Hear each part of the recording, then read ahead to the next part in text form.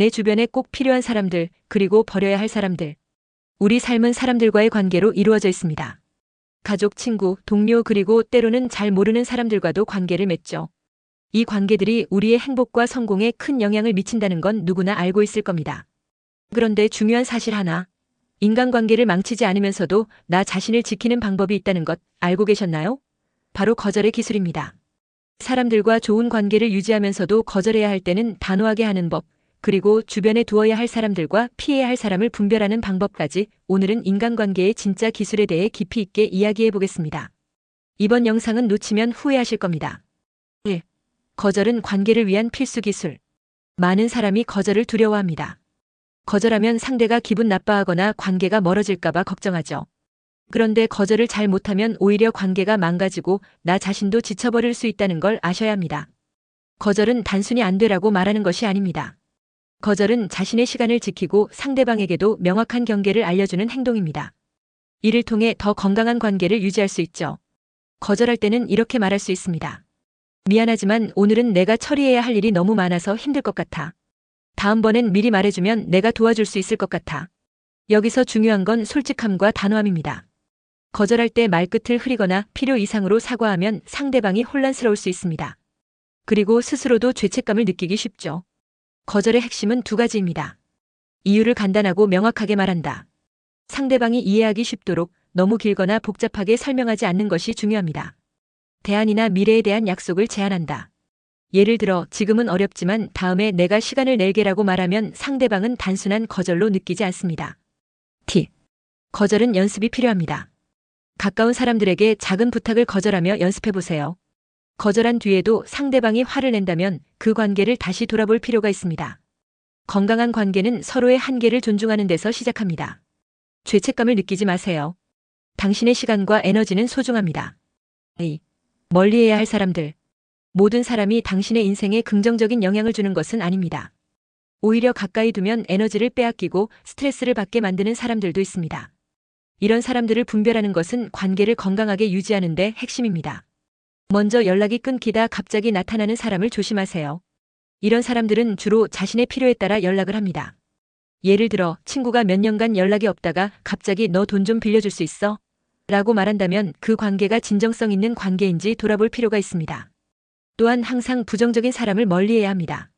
이런 사람들은 대화 중에 자주 다른 사람을 비판하거나 세상을 비관적으로 바라보는 경향이 있습니다.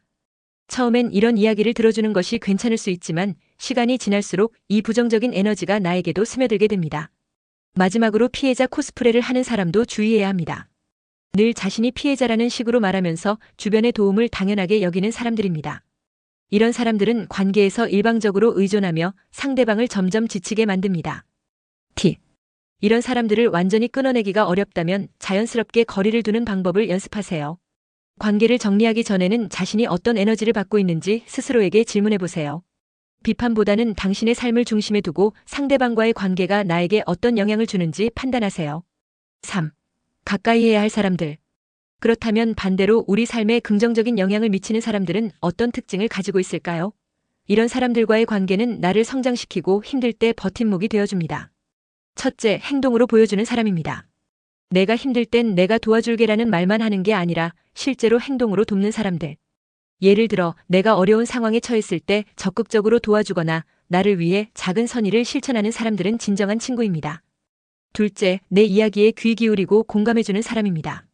가끔 우리는 단순히 누군가에게 우리의 이야기를 들어주는 것만으로도 큰 위안을 받습니다. 이런 사람들은 단순히 듣는 것을 넘어 나의 감정을 이해하고 공감해주는 능력을 가지고 있습니다. 셋째, 긍정적인 에너지를 주는 사람입니다. 이런 사람들은 대화를 나누는 것만으로도 나를 기분 좋게 만들고 삶에 대한 긍정적인 태도를 심어줍니다. 예를 들어 내가 힘든 이야기를 할 때 너라면 잘 해낼 거야 라고 격려하는 사람들은 나를 더 강하게 만들어줍니다. T. 주변 사람들의 행동을 주의 깊게 관찰하세요. 말보다는 행동이 더 많은 것을 말해줍니다.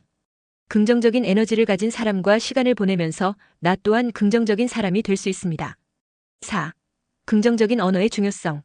마지막으로 관계를 지키고 행복한 삶을 살기 위해서는 긍정적인 언어를 사용하는 습관이 매우 중요합니다. 우리가 사용하는 언어는 우리의 생각과 행동을 바꿀 수 있는 강력한 힘을 가지고 있습니다. 예를 들어 나는 못할 것 같아라는 말 대신 이건 새로운 도전이야 라고 말해보세요. 이 작은 변화가 나의 태도와 행동에 큰 변화를 가져옵니다. 또한 주변 사람들과의 대화에서도 긍정적인 표현을 자주 사용하는 것이 중요합니다. 부정적인 언어를 습관적으로 사용하는 환경은 우리의 마음을 갉아먹을 수 있습니다. 팁. 하루에 한 번 감사한 일을 떠올리고 말해보세요. 이 작은 습관이 긍정적인 언어를 사용하는 데 큰 도움이 됩니다. 부정적인 표현 대신 긍정적인 대안을 찾아보는 연습을 하세요. 인간관계는 우리 인생에서 가장 중요한 요소 중 하나입니다. 건강한 관계를 유지하고 자신을 지키며 삶을 긍정적으로 만들어가는 기술을 배운다면 당신의 삶은 훨씬 더 행복하고 충만해질 겁니다. 오늘 배운 내용들을 한번 실천해 보세요. 당신의 인간관계는 물론 삶 전체가 변할 것입니다.